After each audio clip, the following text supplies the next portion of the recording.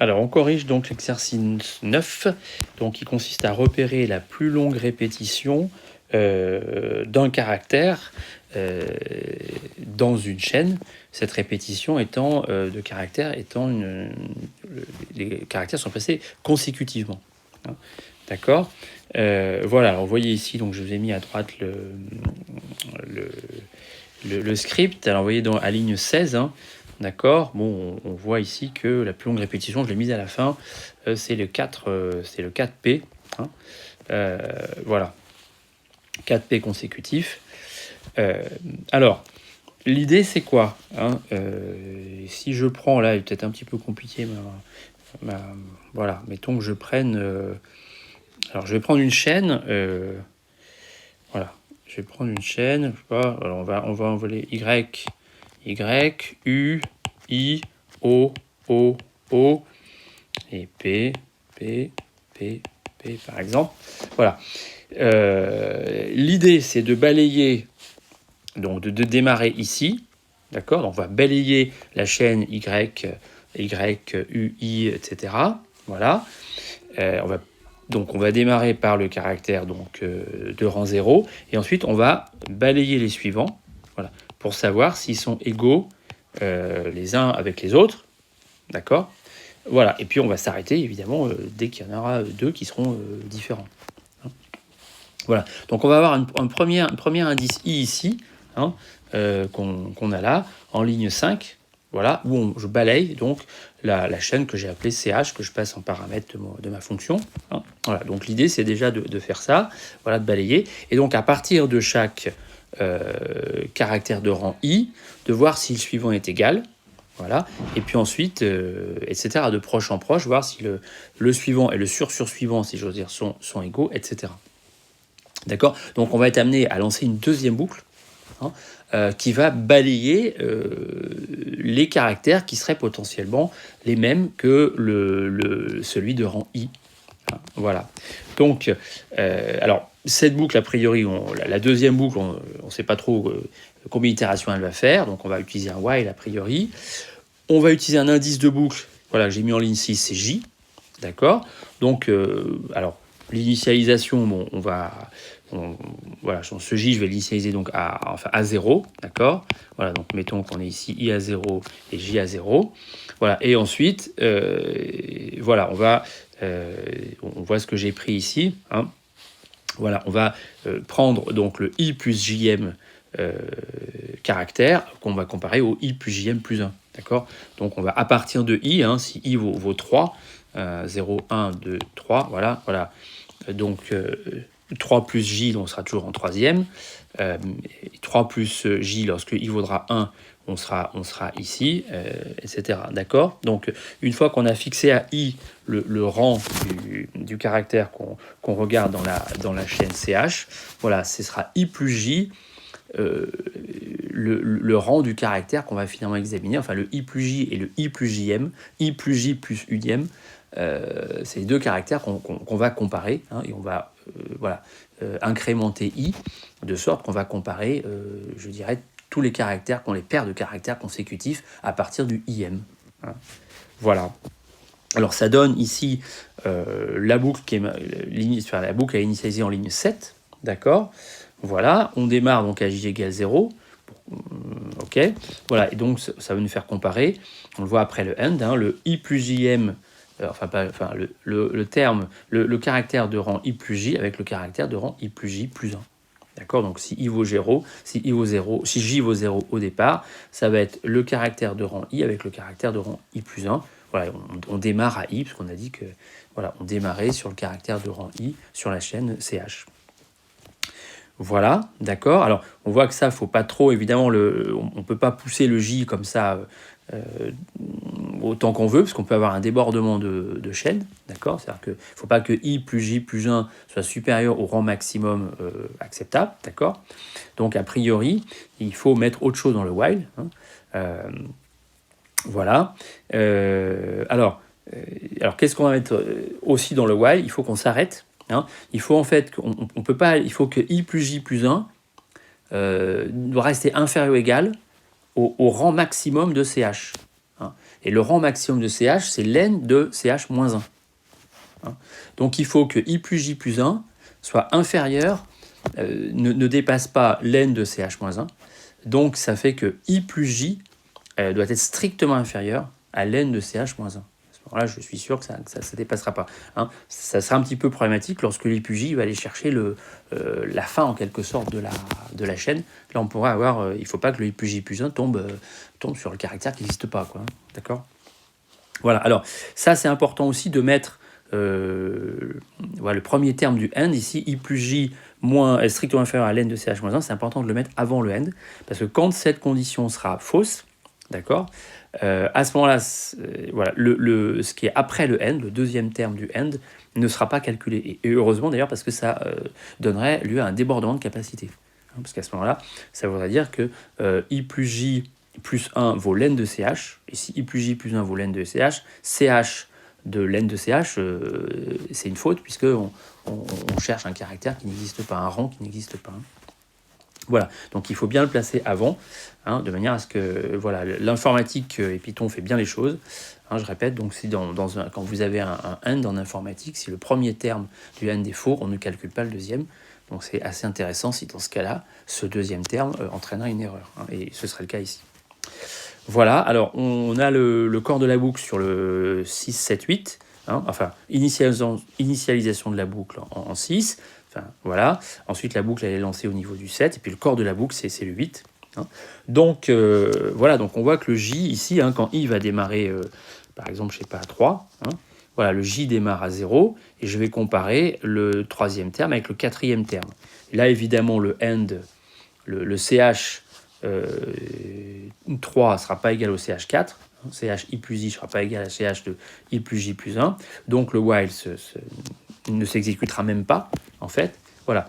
Et donc on sortira du while, enfin entre guillemets, donc on arrivera à la ligne 9 avec J égale 0. Donc on peut dire ça va faire en fait J plus 1 caractère identique, puisque ça va faire un caractère identique, il n'y a que I qui est égal à lui-même, il n'est pas égal à O. Hein. Voilà, alors regardons ce que ça donne si on est à I égale à 4. Hein. Si on est à I égale à 4, alors je vais un peu effacer tout ça. Si on... Ah, ça ne veut pas me faire ça, d'accord. Hop. Voilà. Hop. Alors si on est à I, voilà. Voilà, si I vaut 4, hein, 0, 1, pardon, excusez-moi, c'est 4, c'est ici. Alors, pardon. Voilà. Alors, I, 0, 1, 2, 3, 4. Voilà, I vaut 4. OK, donc J vaudra 0. Hein, J vaudra 0, donc on va comparer 4 plus 0 avec 4 plus 0 plus 1, donc on va comparer ces deux-là. Voilà, donc ce sera positif, d'accord? Donc j'aurai bien l'N de CH 4 plus 0 égale l'N de CH de 4 plus 0 plus 1. Donc ça fera J égale J plus 1, donc ça fera J égale à 1. Voilà, et ça prépare donc l'itération suivante, parce que J vaudra 1 ici. Donc on va comparer le terme donc, en 4 plus 1, donc en 5, avec le terme en 6. Hein. 4 plus 1 plus 1. Voilà, donc on va comparer ces deux hauts ici à la deuxième itération. Voilà, ça va marcher. Le I plus J, bon, il est inférieur à l'N de CH-1, il n'y a pas de problème. Donc on va sortir ici avec J égale à 2, J égale J plus 1. Voilà. Voilà, alors ensuite on va avoir, on va repartir sur le while, d'accord, avec J égale à 2. Donc on va faire 4 plus 2, donc 6, qu'on va comparer avec 4 plus 2 plus 1, 7. On va comparer ces deux-là. Donc à ce moment-là, le AND ici, dans la ligne 7, sera négatif, hein, après le AND. Voilà, donc globalement, ce qui est dans le while sera faux. Hein, voilà, donc on sera J égale à 2. Et on sortira de la boucle while, donc on arrivera à la ligne 9. Et on sortira donc avec J égale à 2. Et en fait, on a 3 caractères qui sont égaux. Hein, voilà, c'est pour ça que j'ai marqué dièse J plus 1 caractère identique. C'est bien ce qu'on a. Hein. Donc il faut faire un petit peu attention. Donc, quand on a des compteurs, hein, on n'est jamais tout à fait sûr que ça compte exactement ce qu'on veut. Ici, en fait, globalement, voilà, J va être à 2, mais on aura en fait 3 caractères identiques. Donc il ne faut pas se tromper de ça. Se tromper à ce niveau-là. Hein. Voilà, alors ensuite, bon, ce qu'on veut, c'est prendre, c'est trouver, donc dans notre for i ici, on veut trouver la valeur de j la plus grande, on veut prendre un maximum, d'accord, hein, on balaye la chaîne ch, finalement, pour chaque valeur de i, on veut prendre, ça va donner une valeur de j, et on veut prendre la plus grande valeur de j. Hein, donc c'est un problème de recherche de maximum quand on balaye quelque chose, d'accord, ça revient un petit peu au même. Donc l'idée, c'est d'initialiser les choses comme il faut, pour ensuite, chaque fois qu'on aura une valeur plus grande que la précédente, on écrasera la valeur précédente.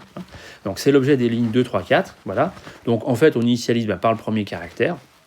Ligne 2, voilà, donc le caractère qui sera le plus répété, il sera dans la car.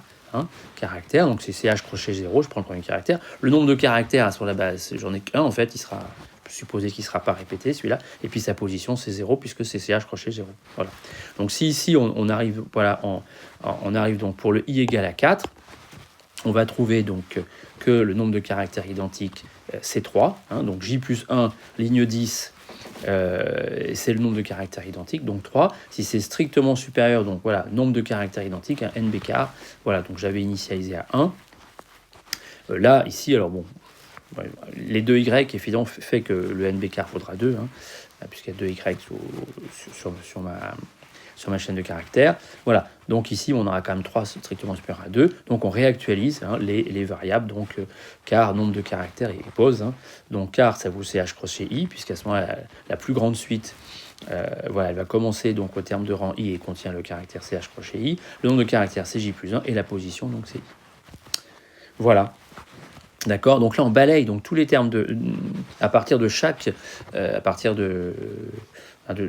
chaque terme donc de la chaîne CH, on répète l'opération et on finira donc par trouver la plus grande répétition. Alors on voit qu'évidemment ça va arriver ici donc pour la chaîne sur les 4 P. Voilà, donc il faut bien faire attention ici qu'on n'ait pas de débordement de capacité quand la plus grande chaîne va se trouver à la fin. Voilà, donc on fait un return ici sous forme d'un NUPLAY, d'un tuple. Donc on donne le caractère répété, le plus répété, le nombre de caractères, nombre de répétitions, et la position où se trouve ce caractère. Voilà. Que dire de plus ? Eh bien, pas grand-chose. Alors j'ai une autre version ici. Alors, bon, on va le faire exécuter. Voilà, donc ça me donne P410. Voilà, donc c'est bien ce qu'on a ici. C'est bien alors c'est bien 4 caractères. C'est en position 10. Alors, il faut voir que c'est bien en position 10 par rapport à mon... Voilà, E, R, T, Y, etc. Donc, c'est bien la position 10. C'est le 11e, le premier P étant, et le 11e caractère. Voilà. Alors, on va pas se poser la question tout de suite de la complexité, parce qu'en fait, cet algorithme tel qu'il est écrit, il n'est pas optimal. Parce que vous avez bien remarqué la chose suivante, c'est que lorsque, par exemple, mon i va valoir 4, on va être ici. Bon, alors on va à partir de là trouver une chaîne assez, entre guillemets, longue, c'est les 3 caractères ici qui vont être identiques. Bon, à ce moment-là, puisque la précédente c'est que 2, bon, donc ces 3 caractères identiques ici, ça va bien, le if de la ligne 10 va bien être, la condition va bien être positive, donc on va enregistrer ça comme étant, on va dire, la plus longue répétition provisoire, d'accord ? Voilà, bon, et ensuite on va passer à i égale à 5, d'accord ? Et on va refaire... à partir de 5, qui contient encore un O, on va rechercher la répétition la plus longue. Et forcément, à partir de là, on va forcément trouver un nombre de répétitions qui sera forcément plus courte. D'accord ? Puisque, voilà, ça paraît évident. D'accord ? Alors pareil, encore plus vrai pour le P. Quand on va être ici, donc quand on va être en 7, quand il vaudra 7, bon, on va tout de suite trouver la répétition la plus longue ici. Voilà, d'accord ? Et, excusez-moi.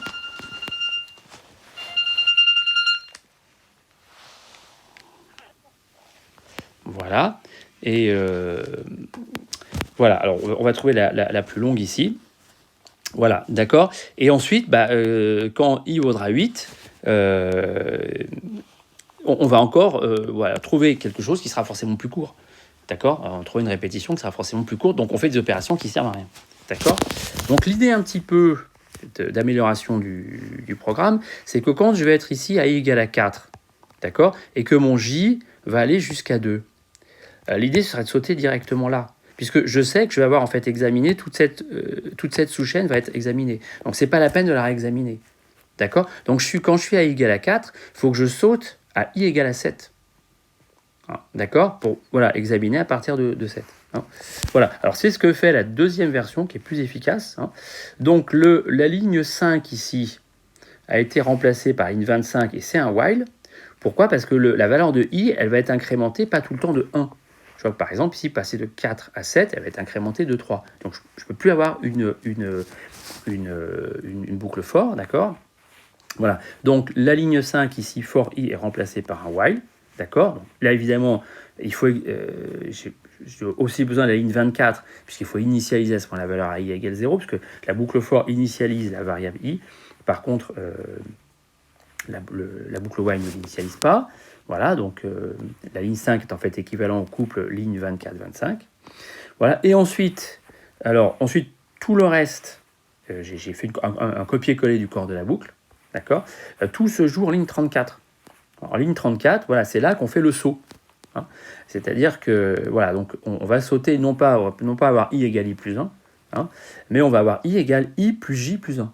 Donc quand j, évidemment, sera différent de 0, c'est là que ce sera intéressant. C'est-à-dire quand on aura des caractères, donc on va devoir détecter identiques, on va sauter de i plus j plus 1. Alors, de combien il faut sauter? Bon, on voit qu'en gros, c'est i plus j. Mais on ne sait pas trop si c'est i plus j plus 1, i plus j moins 1. Donc ça, c'est un petit peu à voir au coup par coup. En fait, bon, si on a en fait non pas j caractères identiques, mais j plus 1. Donc ça, il faut voir un petit peu comment ça marche. Par exemple, si je suis aussi au rang 4, il faut que, si j'ai 3 caractères identiques, c'est bien 4 plus 3 qui fait 7. Donc j'ajoute bien ici à mon rang, j'ajoute bien le nombre de caractères identiques, donc j'ajoute bien j plus 1, puisque j'ai j plus 1 caractères identiques. Donc ça, il faut un petit peu le vérifier. Je dirais c'est un petit peu comme les choses ont été programmées. Est-ce que c'est, je répète, est-ce qu'il y a un plus 1 ou pas? Il faut bien regarder ça un petit peu coup par coup, et voilà, on peut se tromper de 1. Voilà. Donc cette ligne 34, ici, elle me permet de sauter directement d'ici, de 4 à 7, voilà, grâce à cette ligne ici 34, d'accord? Et donc là, je ne fais pas d'opération inutile, et de comparaison inutile. Alors sur la complexité, voilà, ça peut être là un petit peu compliqué, surtout le premier. Imaginons que alors ici on va voir est-ce que ça marche. D'abord on va comme l'exécuter. Voilà, on l'avait déjà exécuté, donc c'est bon. Ok, alors le deuxième marche aussi. Bon, voilà. Alors au niveau de la complexité, alors, le premier est assez embêtant. Imaginons que je mette que des caractères identiques. Print, répète, et je mets que des caractères identiques. Alors, on voit ce qui va se passer. On va d'abord faire une première boucle for i, qui va balayer tous les termes, donc on aura n itérations. Et puis le deuxième while, en fait, à chaque fois, il va aussi tout balayer, puisque tous les caractères sont identiques. D'accord? Donc, première itération du for i, j'aurai n-1 itération du while. D'accord? Oui, n-1. Voilà, bon, ça fait le premier avec le deuxième avec le troisième, et puis l'avant-dernier avec le dernier, ça fait n-1. Et ensuite, à la deuxième itération du for i, je vais avoir n-2 en fait comparaison, qui serviront plus à rien, puisqu'on aura déjà détecté la liste, la répétition la plus longue, etc. Voilà, plus n-2, plus n-3, et ça, on a vu que ça fait n-1 sur 2 itérations, et en gros, on est en O de n carré. D'accord? Donc, si tous les caractères sont identiques, on est en O de n carré, et en plus de ça, on voit que c'est quand même très, très inefficace. Si tous les caractères sont maintenant différents, si tous les caractères sont différents, le while, en gros, il ne s'exécute jamais. Il ne s'exécute jamais. Il y a simplement la condition qui est dans le while qui s'exécute, mais à chaque fois, elle est négative. Donc, j'ai jamais plusieurs itérations du while. D'accord? Donc, j'ai que les itérations du for, et donc je suis en O de n. À ce moment-là, parce que j'ai n itérations, donc je suis en O de n. D'accord? Voilà. Et puis, entre les deux, je dirais qu'il y a un petit peu toutes les possibilités. D'accord? Voilà. Donc là, la complexité de ce type d'algorithme est assez elle va dépendre, en fait, on va dire, de comment les données sont ce qu'on appelle conditionnées. Voilà. D'accord? Donc, voilà, on peut être, en fait, ou en O de n2 ou en O de n. Voilà. Alors, donc là, avoir une réponse là-dessus, c'est pas du tout évident. Par contre, sur le deuxième algorithme, là, c'est beaucoup plus simple, parce que justement, d'abord, il est plus efficace, d'accord, ça on l'a vu. Donc, a priori, on doit avoir un ordre qui est inférieur. Hein. Alors, qu'est-ce qui se passe si je suis en pire cas, c'est-à-dire si je fais répète, je mets tous les mêmes caractères. Bon. Alors, le while va se faire une fois, le premier while de la ligne 25. Le while de la ligne 27 va se faire en gros n-1 fois. Voilà. Et quand je vais arriver à la ligne 34, ben, je vais directement sauter, entre guillemets, à la fin de la liste. D'accord, enfin de la chaîne. Voilà, d'accord. Et le while, le i sera égal à l'n de ch, en fait, et le while de la ligne 25 ne s'exécutera pas une deuxième fois. Donc, en fait, dans ce cas-là, j'aurai uniquement n itérations ou n-1 itérations du while de la ligne 27. Donc, je serai en O de n, même lorsque tous les caractères sont les mêmes. D'accord ? Voilà. Si tous les caractères sont différents, c'est le while de la ligne 27 qui en gros, j'ai jamais le j égale j plus 1, c'est-à-dire que je vais exécuter le while effectivement, mais à chaque fois la condition sera négative, donc il n'y aura pas plusieurs itérations qui seront exécutées par le while de la ligne 27, donc je n'aurai que les itérations du while de la ligne 25, et j'en aurai n en gros, hein, n ou n-1, n je crois, voilà, donc je serai en O de n également.